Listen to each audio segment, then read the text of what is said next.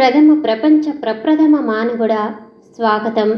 ధీర గంభీర విశ్వాసంతో వినిపించిన ఆ పలుకులను గమ్యం తెలియక ప్రయాణించుతున్న మానవుడు నిశ్చేష్టుడై నిలబడిపోయాడు. అతని కట్టెదుట వింత రూపంలో మరో మానవాకారం నిలబడి ఉంది. నీవు కూడా మానవుడవేనా? ఆశ్చర్యంగా అడిగాడు మానవుడు. సృష్టిలో మిగిలిన మానవుడు తానొక్కడేననే గర్వం పటాపంచలైందతనిలో. అవును, నేను కూడా మానవుడనే. కాకపోతే నీవు నూతన సృష్టికి ప్రప్రథమ మానవుడివయ్యావు. నేను ప్రాకృతిక సృష్టికి అంతిమ మానవుణ్ణయ్యాను. అంతే భేదం.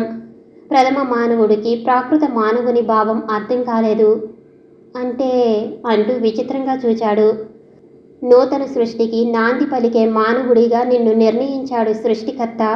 నిన్ను ప్రబోధించి ఈ గురుతరమైన బాధ్యత నీ భుజ స్కంధాల మీద పెట్టడానికి మాత్రం నన్ను మిగిల్చాడు. అర్థమైందా? తెల్లని కేశమాలికలు ముఖం నిండా జీరాడుతుంటే, పాలకన్నా స్వచ్ఛమైన వర్ణంలో బారుడు గడ్డం గాలికెగురుతుంటే దానిని సవరించుకుంటూ చెప్పాడు ప్రాకృత మానవుడు. అతని వయసెంతో చెప్పవీలు లేనట్లుగా అతని ఆకారం కనిపించుతుంది. దేహం నిండా అసంఖ్యాకమైన ముడతలు కనిపించుతున్న బలహీనత, అలసట అతనిలో లేస మాత్రంగా కూడా కనిపించటం లేదు. ఒత్తుగానున్న తెల్లని కనుబొమ్మల కిందనున్న అతని నేత్రాలు అపూర్వమైన వెలుగులు ప్రసరింపజేస్తున్నాయి. అతని దేహం మీద శిథిలావష్టమైన నారబట్టలు జీరాడుతున్నాయి. విచిత్రమైన కాంతి ఏదో అతని శరీరం నుంచి బహిర్గతమవుతున్నట్లు భావనా దృష్టికి తోస్తుంది. అర్థమైంది, గంభీరంగా అన్నాడు మానవుడు. అయితే నా వెంటరా, నన్ను అనుసరించు. నీ గమ్యాన్ని నేను చూపుతాను. నీ భావి కార్యక్రమాన్ని నేను నిరూపించుతాను. సృష్టికర్త ఆదేశానుసారం నిన్ను సంపూర్ణ మానవునిగా తీర్చిదిద్దుతాను. నా కర్తవ్యం నెరవేర్చుకుంటాను. ప్రాకృత మానవుడు ముందుకు దారి తీశాడు. ప్రథమ మానవుడు మారుమాట లేకుండా అతనిని అనుసరించాడు. ఇద్దరూ బాటలేని చోట నడుస్తున్నారు. ఇంకా ఉన్నతమైన ప్రదేశానికి తాను నడుస్తున్నట్లు గుర్తించాడు ప్రథముడు. ప్రాకృత మానవుడు ముందుకు నడుస్తున్నాడు. అతడు శిరస్సును ఏ వైపుకు తిప్పకుండా నడుస్తున్నాడు. అతని ప్రతి కదలికలోనూ ఎంతో కార్యదీక్ష ఉట్టిపడుతుంది. మౌనంగా అతనిని అనుసరించిపోతున్నాడు ప్రథమ మానవుడు. ప్రాకృత మానవుడు ఒక గుహ ముఖద్వారం దగ్గర ఆగాడు. ప్రథముడు కూడా ఆగిపోయాడు. ఇదే మన గమ్యం, ప్రాకృతుడన్నాడు. ఇద్దరూ గుహాంతర గర్భంలో అడుగుపెట్టారు. లోపల గాఢాంధకారం ప్రథముడికి కళ్ళను గుడ్డి చేస్తుంది. నా చెయ్యి పుచ్చుకుని నన్ను అనుసరించు. ప్రాకృతుడు చెయ్యి అందించగా ప్రథముడు దానిని పట్టుకుని నడిచాడు. ఇరువురి అడుగుల శబ్దం తప్ప మరే శబ్దము వినరావటం లేదు. ఎక్కడో ఒక మలుపు తిరిగారు. ఇక చెయ్యి వదులు. ఇప్పుడిక నీవు ప్రతి వస్తువును చూడగలవు, ప్రాకృతుడు అన్నాడు. ప్రథముడు చెయ్యి వదిలి 2 అడుగులు ముందుకు వేశాడు. కళ్ళు మిరుగొట్లు గొలుపుతున్న తేజం పుంజాలు ఒక్క క్షణం అతనిని గుడ్డివాణ్ణి చేశాయి. ఆ కాంతిని చూడలేక 2 చేతులతోనూ కళ్ళు మూసుకున్నాడు. నీవిప్పుడు బాగా చూడగలవు, ఇక నాతో రా. ప్రథముడు కళ్ళు తెరిచాడు. విచిత్రమైన తెల్లని కాంతి గుహాంతర్గర్భాన్ని కాంతివంతం చేస్తుంది. క్రింద నేలభాగమంతా ఎత్తుపల్లాలు లేక నలుచదరంగా నున్నగా ఉండి పాలరాతిని జ్ఞప్తికి తెస్తుంది. ప్రథముడు చకితుడై చుట్టూ పరికించుతున్నాడు. కాంతి చొచ్చుకు రావటానికి ఎటూ ఖాళీ ప్రదేశం లేకపోయినా అంతా వెలుగుతో నిండి ఉంది. అతని దృష్టి చుట్టూ ఉన్న గోడల మీద పడింది. అవి రాతి గోడలు కావు, స్వచ్ఛమైన తెలుపు వర్ణంతో మెరుస్తున్న లోహపు గోడలు. ప్రతి అంగుళానికి ఒక్కొక్క వజ్రం పొదగబడినట్లుగా ఉండి స్వచ్ఛమైన కాంతిని ప్రసరించుతున్నాయి. అవి మానవుడు సానపెట్టి పొదిగిన వజ్రాలు కావు. కొన్ని వేల యుగాల నుంచి, కొన్ని కల్పాల నుంచి గండ శిలల మధ్య ఉండి కాలం తొలచిన గుహలో కాలపు ఒరిపిడికే నిగ్గుతేలినట్లున్నాయి. ఈ కాంతి వాటి నుంచి బహిర్గతమవుతున్నది తెలుసుకోవటానికి ప్రథముడికి ఎంతోసేపు పట్టలేదు. ఆ గుహలో తాము వచ్చిన మార్గం కాక ఇంకా లోపలికి వెళ్ళటానికి మరో మార్గం ఉన్నట్లు గ్రహించి అడుగు వేశాడు. మానవా, ఆగు. నీవిక్కడ కొంచెం సేపు విశ్రాంతి తీసుకో. నేనిప్పుడే వస్తాను అంటూ ప్రాకృతుడు లోపలి ద్వారంలో నుంచి అంతర్హితుడయ్యాడు. ప్రథముడు విచిత్రంగా చూస్తుండిపోయాడు. అతనిలో ఏదో ఉత్కంఠత తొంగి చూస్తుంది. తాను కూడా లోపలికి వెళ్ళాలని, అక్కడేముందో చూడాలని అతనిలో వినూత్నమైన వాంఛ పొడ చూపుతుంది. వెళదామా వద్దా అని తటపటాయించుతున్నంతలో లోపల నుంచి ప్రాకృతిని పిలుపు వినిపించింది. మానవ, నాకు కాలం ఆసన్నమయ్యింది. నీవు త్వరగా రావాలి. ప్రథముడు చెంగున గంతు వేసి ద్వారాన్ని సమీపించి లోపలికి వెళ్ళాడు. 10 గజాలు అధిగమించిన వెంటనే అక్కడ మరో గది ప్రత్యక్షమయ్యింది. అక్కడ తనకు కనిపించిన దృశ్యం చూచి ప్రథముడు మరింత ఆశ్చర్యపోయాడు. కటి ప్రదేశంలో ఒక చిన్న నారవస్త్రం తప్ప తక్కిన శరీరమంతా నగ్నంగా ఉన్న ఒక స్త్రీ శరీరం వద్ద పాకృతుడు బలహీనంగా కూలబడి ఉన్నాడు. స్త్రీ శరీరంలో చలనం లేదు. గదిలో చుట్టూ ఏవో గింజలు, విత్తనాలు వేల సంఖ్యలో చిన్న చిన్న రాసులుగా పోసి ఉన్నాయి. ప్రథముణ్ణి చూడగానే పాకృతుడు చేతి సంజ్ఞతో దగ్గరకు పిలిచాడు. ప్రథముడు అతనిని సమీపించాడు. నీవు ప్రకృతి ప్రప్రథమంగా ప్రసవించిన పురుషుడివి. ఈమె ప్రకృతి నా కోసంగిన ముద్దుబిడ్డ, ప్రపంచపు ప్రప్రథమ మహిళ. నీకు సైదోడు. ఈ రాసులన్నీ సకల వృక్ష, సస్య, ఔషధ, కందమూలాదులకు సంబంధించిన విత్తనాలు. వీటన్నింటినీ నీ ఆధీనం చేస్తున్నాను. నా బాధ్యత తీరిపోయింది. నా కర్తవ్యం ఇంతటితో పరిసమాప్తి చెందింది. వీటిని నీవు స్వేచ్ఛగా సద్వినియోగపరుచుకో. ఈమె నీ సహధర్మచారిణి, నీ జీవిత భాగస్వామిని నీకు అప్పగించుతున్నాను. సృష్టికర్త ఆజ్ఞ. ఈమెకు ప్రకృతి సిద్ధమైన శీతలవాయు స్పర్శకు తెలివి వస్తుంది. సెలవు. అతని నోటి నుంచి ఇంకా మాటలు పూర్తిగా వెలువడకుండానే అతని శరీరమంతా వింతకాంతితో ప్రజ్వరిల్లనారంభించింది. కళ్ళు మూతలబడ్డాయి. 5 నిమిషాలు నిశ్శబ్దంగా దొర్లిపోయాయి. అంతే.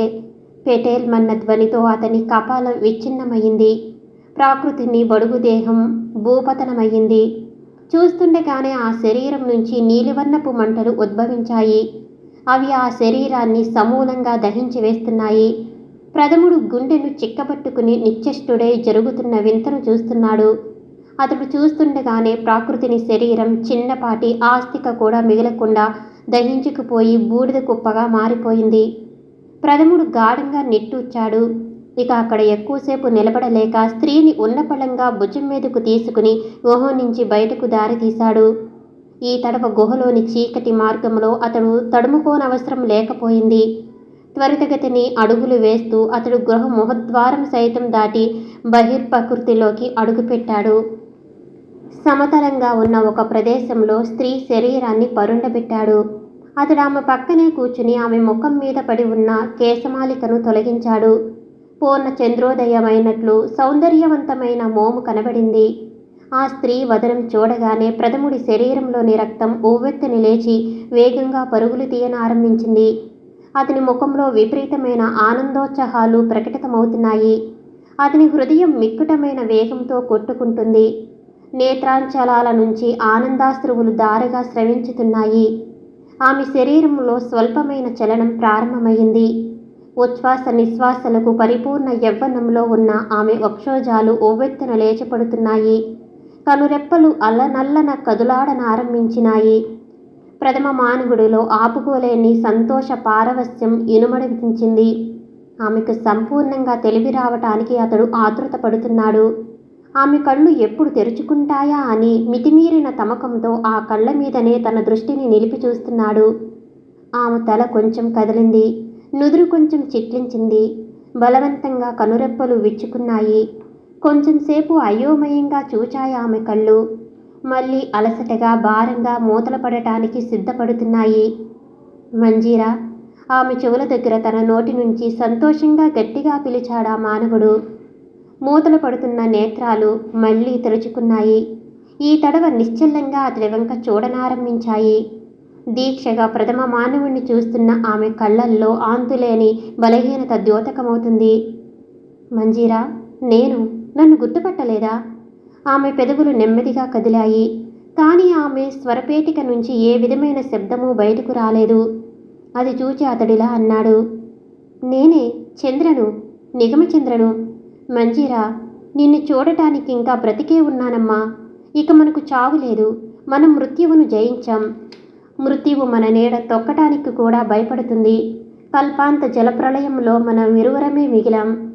సంతోష పారవస్యంలో నిగమచంద్ర చెప్పుకుపోతున్నాడు. మంజీర మౌనంగా నీరసంగా చేతులు చాపింది. అతడు ఆమె చేతులు పట్టుకుని నెమ్మదిగా కూర్చుండబెట్టాడు. మంజీరా, నీరసంగా ఉందా? ఆమె నుంచి జవాబు రాలేదు. నిగమచంద్ర ఆలోచించాడు.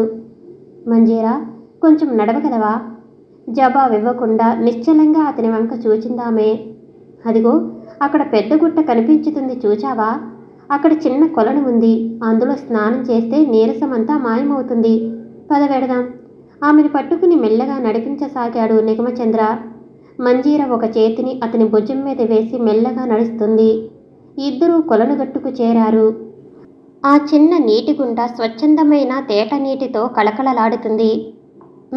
నిలబడ్డావేం? దిగి స్నానం చెయ్యి, లోతు లేదు అంటున్నాడు మానవుడు. స్త్రీ సందేహించుతుంది. పర్వాలేదు మంజీరా, నీరు ఎక్కువ లోతు లేదు మళ్ళీ అన్నాడు. అతని వంక ఒక్క క్షణం చూచింది స్త్రీ.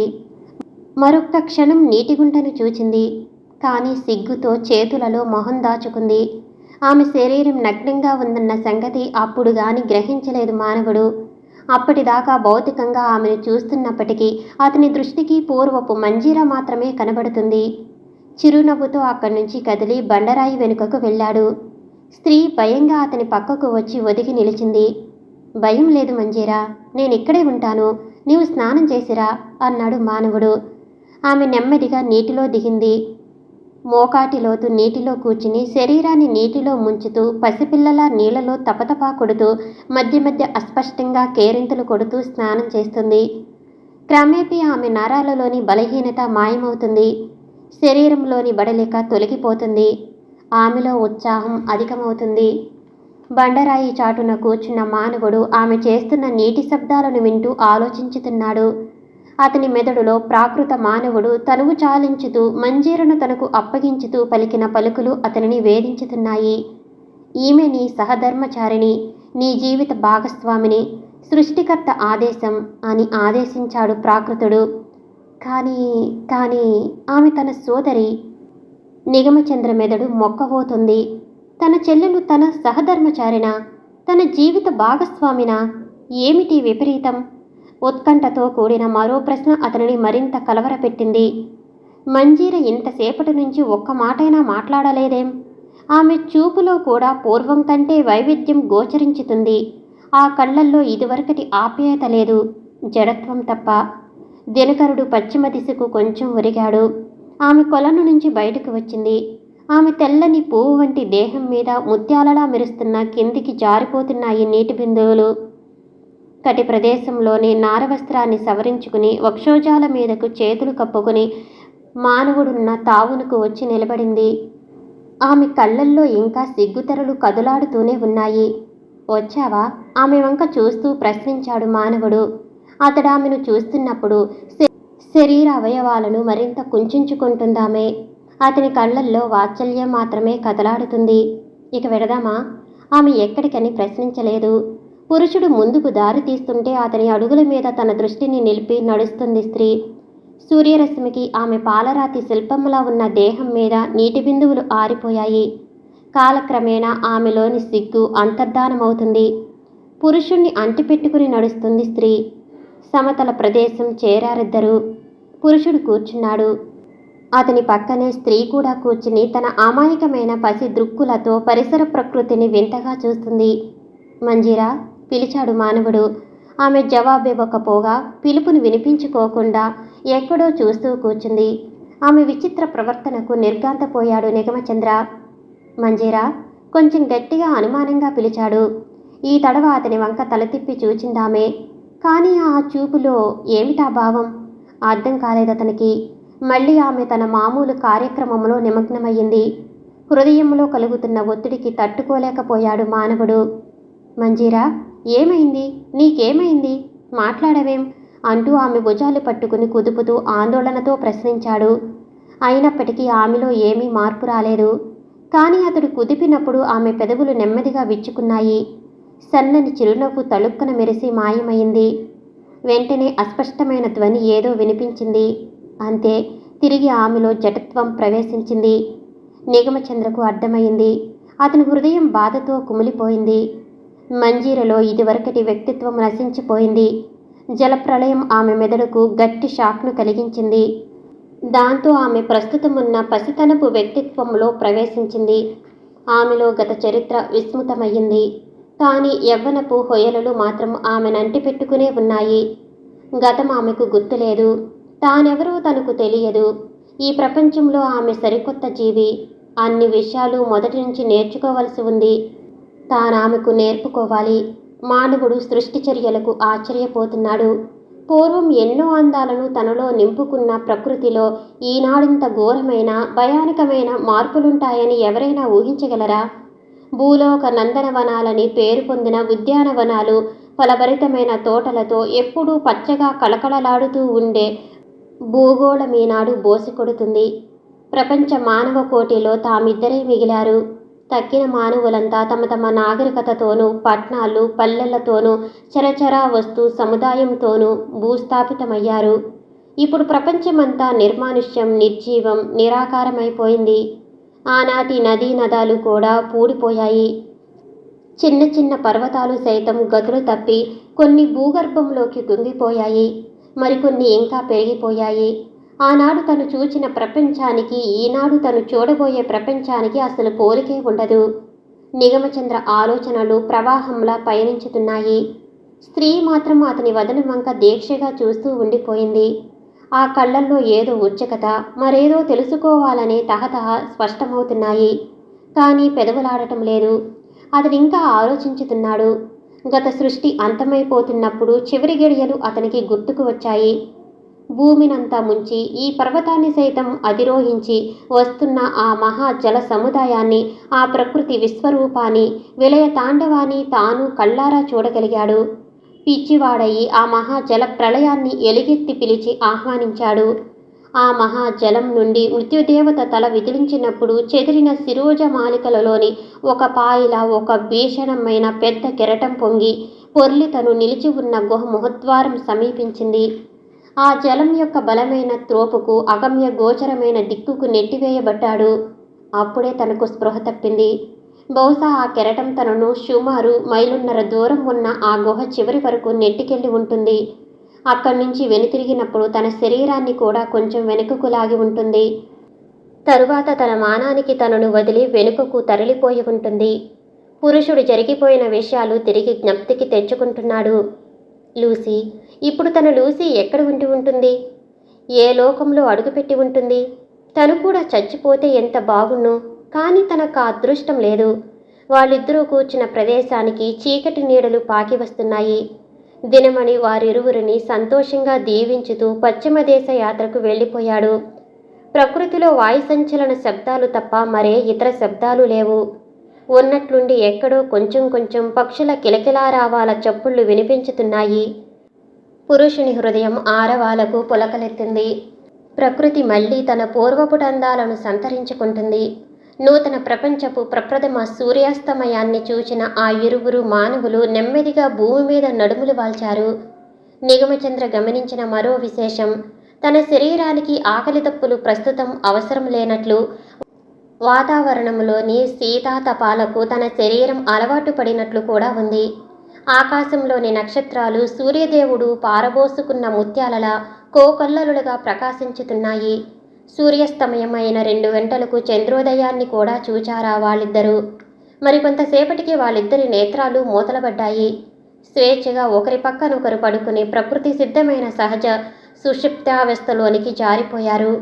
ప్రకృతి పయ్యోదలో, చిరుగాలి జోలపాటలలో ఆదమరిచి నిద్రపోతున్నారు. సృష్టికర్త ఇంకా తన కార్యక్రమంలో అడుగిడలేదు.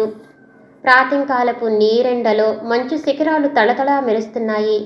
పక్షుల కిలకిలా రావాలు కూడా వినబడుతూనే ఉన్నాయి. స్త్రీ పురుషులు మేల్కొన్నారు. వారు తమ శయ్యాస్థలం నుంచి లేచారు.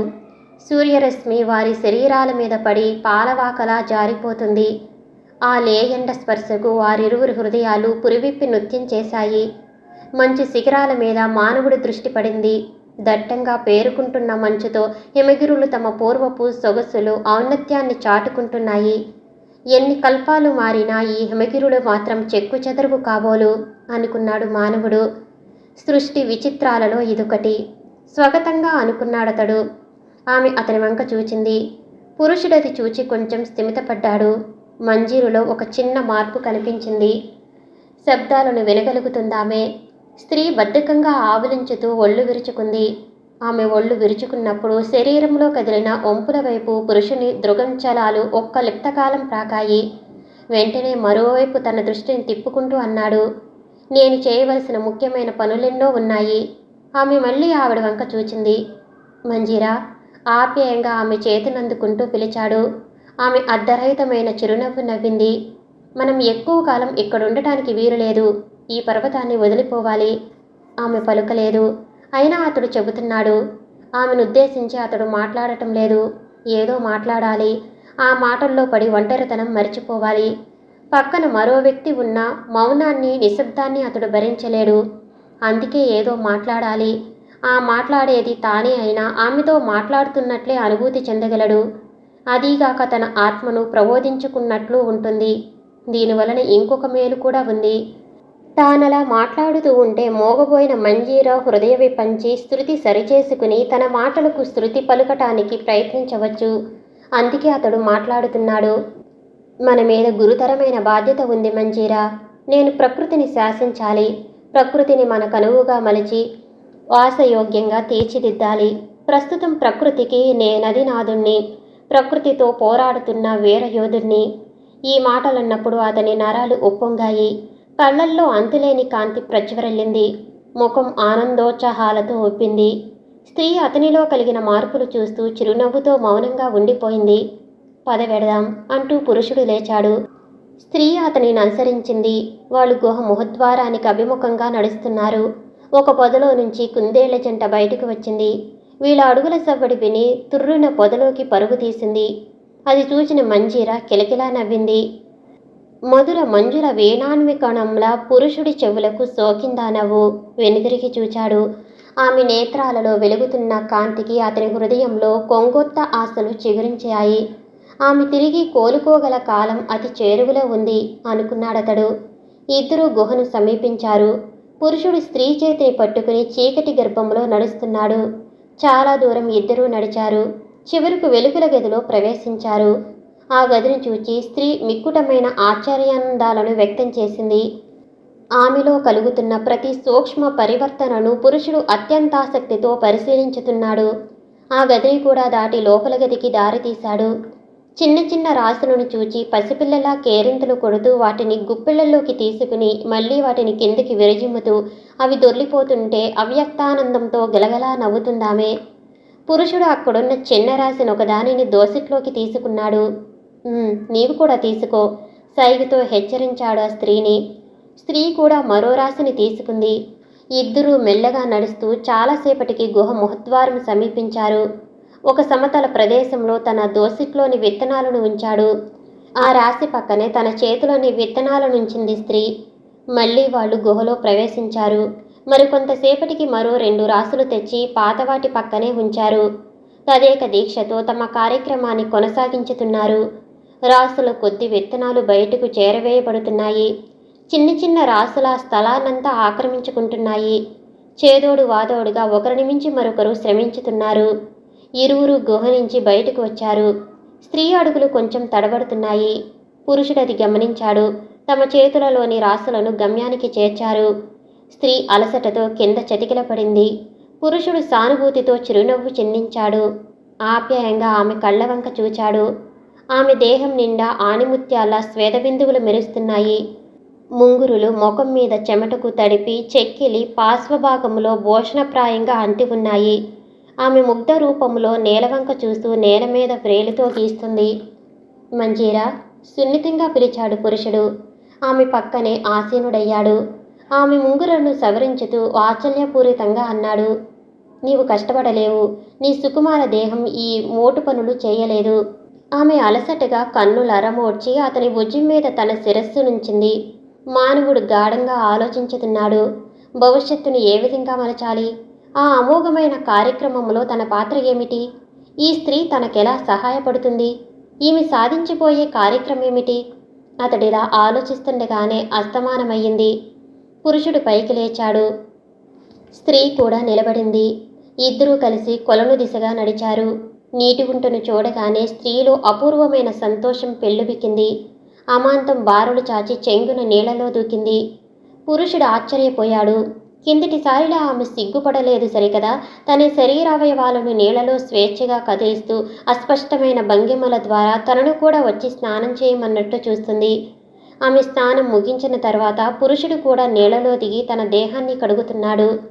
ఒడ్డున నిలబడి ఉన్న స్త్రీ ఆసక్తిదాయకమైన చూపులతో పురుషుని దేహమంక చూస్తుంది. ఆమె కంటికొనుల చివర ఏదో చిలిపితనం తొంగి చూసింది. గబుక్కున నీళ్లలో వంగి చేతిలో నీళ్లను అతని దేహం మీద చిమ్మనారంభించింది. మంజీరా, ఊరుకో, చేతులు ముఖానికి అడ్డుపెట్టుకుంటూ అన్నాడు పురుషుడు. విచిత్రంగా నవ్విందామె. పురుషుడు నీళ్ల నుంచి బయటపడ్డాడు. ఇద్దరూ గమ్యస్థానం చేరేసరికి శరీరాలు గాలికి పూర్తిగా ఆరిపోయాయి. ఆనాడు కూడా మామూలుగానే విశ్రమించారిద్దరూ. తెల్లవారింది. ఆ రోజు కూడా తమ మామూలు కార్యక్రమాన్ని నెరవేర్చారిద్దరూ. రాసులు కొద్దీ విత్తనాలు బయటకు చేరుతున్నాయి. మళ్ళీ చీకటి పడగానే తమ పూర్వ స్థానంలోనికి విశ్రమించారు. రోజులు నెమ్మదిగా దొర్లే కొద్దీ స్త్రీలో కొంచెం ఆధునికమైన మార్పులు కలుగుతున్నాయి. అవి అభివృద్ధి చెందుతున్నాయి కూడా. వీలు చిక్కినప్పుడల్లా ఆమెకు మాట్లాడటం నేర్పటానికి తంటాలు పడుతున్నాడు పురుషుడు. మాటలు త్వరగా పలకలేకపోతున్నప్పటికీ భావాలను అర్థం చేసుకోగలుగుతుంది స్త్రీ. ఆమె చేత త్వరగా మాట్లాడించాలనే ఆదుర్దతో మానవుడు మధ్య మధ్య విసుగు, కోపం ప్రదర్శించుతున్నాడు. కానీ మొదటికే మోసం వస్తుంది. విసుక్కున్నప్పుడు భావరహితమైన చిరునవ్వుతో అతనిని మరింత విసిగించబోతుందామె. ఆ విసుగులో కూడా అతడు ఆమె మీద కోపం ప్రదర్శించుతాడు. దాంతో ఆమె ముఖం కుంచుకుని అతని నుంచి దూరంగా వెళ్ళిపోయి ఒంటరిగా కూర్చుంటుంది. మానవుడు బాధపడతాడు. పశ్చాత్తాపంతో కుంగిపోతాడు. అనురాగంతో కరిగిపోతాడు. వెంటనే పరుగున వెళ్ళి ఆమెను సమీపించుతాడు. మెత్తని మాటలతో బుజ్జగించుతాడు. ఆమె అలుక చూపుతుంది. అతడు మరింత ప్రేమను ప్రదర్శించుతూ ఆమెను పసిపిల్లలగా లాలించి తిరిగి మామూలు మనిషిని చేస్తాడు. తీరిక చిక్కినప్పుడల్లా ఇదే పద్ధతిలో కాలం దొర్లిపోతుంది. మంజీర ఇప్పుడు కొన్ని చిన్న చిన్న వాక్యాలు పలకగలుగుతుంది. మానవుణ్ణి పిలవదలిచినప్పుడు ఏయ్ అని అరుస్తుంది. అతనిని నువ్వు అని సంబోధించుతుంది. తనను గురించినప్పుడు నేను అంటుంది. ఆమెను పరిపూర్ణంగా పలుకుగల స్థాయిలో నిలపాలని అతడు పడుతున్న తాపత్రయం అనిర్వచనీయం. అతనికొదొక చిక్కు సమస్య అయి కూర్చుంది. సమస్యలనందుకు పెట్టు కాలం తాళం చెవి వంటిది. ఆ కాలమే సమస్యలను తేలికగా పరిష్కరించుతుంటుంది. అలాగే మంజీర ఇప్పుడిప్పుడే కొంచెం పెద్ద మాటలను మరికొంచెం స్పష్టంగా పలకగలుగుతుంది. ఆ రోజు పురుషుడు పని మీద బయలుదేరాడు. నేను అంటూ నిలబడింది స్త్రీ. వద్దు, నీవు పని చేయలేవు అన్నాడు పురుషుడు. స్త్రీ మాట్లాడలేదు. పురుషుడు తన మామూలు కార్యక్రమానికి వెళ్ళిపోయాడు. స్త్రీ విత్తనాల రాసుల దగ్గర కూర్చుని కదిలిన రాసులను సరిచేస్తూ ఏ రకానివి విడదీస్తుంది. అప్పటికే విత్తనాలలో కొంత భాగం మానవుడు కొన్ని దూర ప్రదేశాలలో విరజిమ్మటం జరిగింది. విత్తనాలన్నీ ఎన్నో రంగులలో, పరిణామ భేదంలో కూడా ఎంతో వ్యత్యాసంతో మెరుస్తున్నాయి. పెద్ద పరిణామంలోని విత్తనాలు కొన్నిటిని తీసుకుని వాటితో ఆడుకుంటూ మధ్య మధ్య పురుషుడు వెళ్ళిన దిక్కుకు చూస్తూ కాలం గడుపుతుంది. పురుషుడు ఇంకా రావటం లేదు. ఒంటరితనం ఆమెకు విసుగు పుట్టించుతుంది. ప్రకృతిని పరికించుతూ మరికొంతకాలం గడిపింది. ఆకాశంలో చిన్న చిన్న మేఘాలు పారాడుతున్నాయి. ప్రకృతి అరగదీసిన రాళ్లలో అనేక స్వరూపాలు కనిపించుతున్నాయి. అప్పుడప్పుడు ఎగురుతున్న పక్షులు, చిన్న చిన్న జంతువులు కనిపించుతున్నాయి. పరిగెడుతున్న జంతువులతో తాను కొంత దూరం పరిగెడుతుంది. అవి కనుమరుగైపోయేసరికి నిరాశతో వెనుదిరిగి వస్తుంది. ఎక్కడో ఏదో పిట్టారుపు వినిపించేది. దాన్ని అనుసరించుతూ తను కూడా అరిచేది. ఎక్కడన్నా ఏదో పక్షి కూర్చుని సేద తీర్చుతుంటే అరుస్తూ చప్పట్లు కొట్టేది.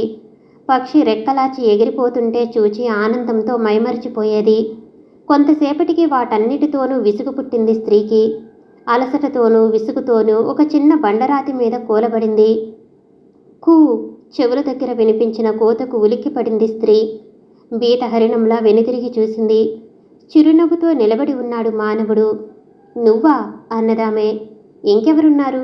ప్రపంచంలో ప్రథమ మానవుణ్ణి నేనే గర్వంగా అన్నాడు.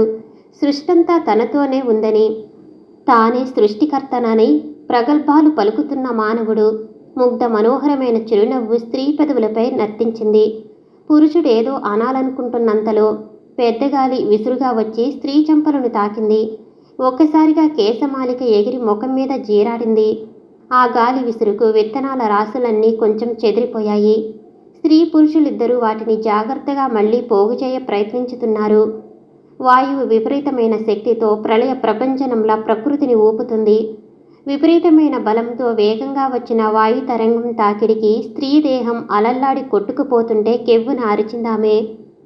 మంజీరా అని బిగ్గరగా అరుస్తూ పురుషుడు ఆమెను 2 బాహువులతో పొదివి పట్టుకున్నాడు. స్త్రీ అతని దేహానికి పూలతల దృఢంగా పెనవేసుకుపోయింది. భయంతో కళ్ళు గట్టిగా మూసుకుని గజగజ వణికిపోతుంది. పురుషుడు ఆమెను బలంగా తన గుండెల వద్దకు తీసుకుని తన కౌగిలిలో ఇముడ్చుకుని ఆమె భయాన్ని పోగొట్టడానికి ప్రయత్నించుతున్నాడు. గాలి తీవ్రత క్రమేణా తగ్గిపోతుంది. ప్రకృతిలో తిరిగి ప్రశాంతత నెలకొంటుంది. స్త్రీ పురుషులిరువురి చుట్టూ నిశ్శబ్దం పేరుకుపోయింది. మంజీరా ఆమె చెవుల దగ్గర మృదువుగా పిలిచాడు పురుషుడు. ఆమె చూడలేదు. అతని దేహానికి మరింత గాఢంగా అలుముకుపోతుంది. పురుషుని శరీరాన్ని తన కోమలహస్త ద్వయంతో పెనవేసింది. ఉక్కు తీగల్లా పురుషుని శరీరాన్ని బంధించాయవి. అదే సమయంలో పురుషుని శరీరంలో నూతనమైన పార్వస్యమేదో చోటు చేసుకున్నట్లు, ఆమె స్పర్శ తన శరీరానికేదో హాయిని కలిగించుతున్నట్లు, నరాలన్నీ ఏదో తెలియని బాధకు గురవుతున్నట్లు, శరీరంలోని రక్తం మరిగిపోతున్నట్లు అనుభూతి చెందాడు. అతడు ఆమెను ప్రబోధించటం మాని ఆమె దేహాన్ని మరింత దగ్గరకు పొదుముకుంటూ గాఢంగా తనలో లీనం చేసుకోవాలని ప్రయత్నించుతున్నాడు. స్త్రీ వదనంలో స్పష్టమైన కాంతిరేఖలు పారాడుతున్నాయి. ఆమె పెదవులు నెమ్మదిగా అతని వదనం మీద ప్రాకుతూ అతని పెదవులతో ఏకం కావటానికి ప్రయత్నించుతున్నాయి. మితిమీరిన తమకంతో ఇద్దరి నరాల్లోనూ ఉష్ణరక్తం ఉరకలు వేస్తుంది. ఆ క్షణంలో ఒకరి కౌగిలిలో ఒకరు సర్వప్రపంచాన్ని మరిచిపోయి ఏవో ఆనందమయ లోకాలలో విహరించుతున్నట్లు అనుభూతి చెందుతూ కాలాన్ని మరిచి అలాగే శిలా ప్రతిమల వలె రెచ్చపాటుతో నిలబడిపోయారు.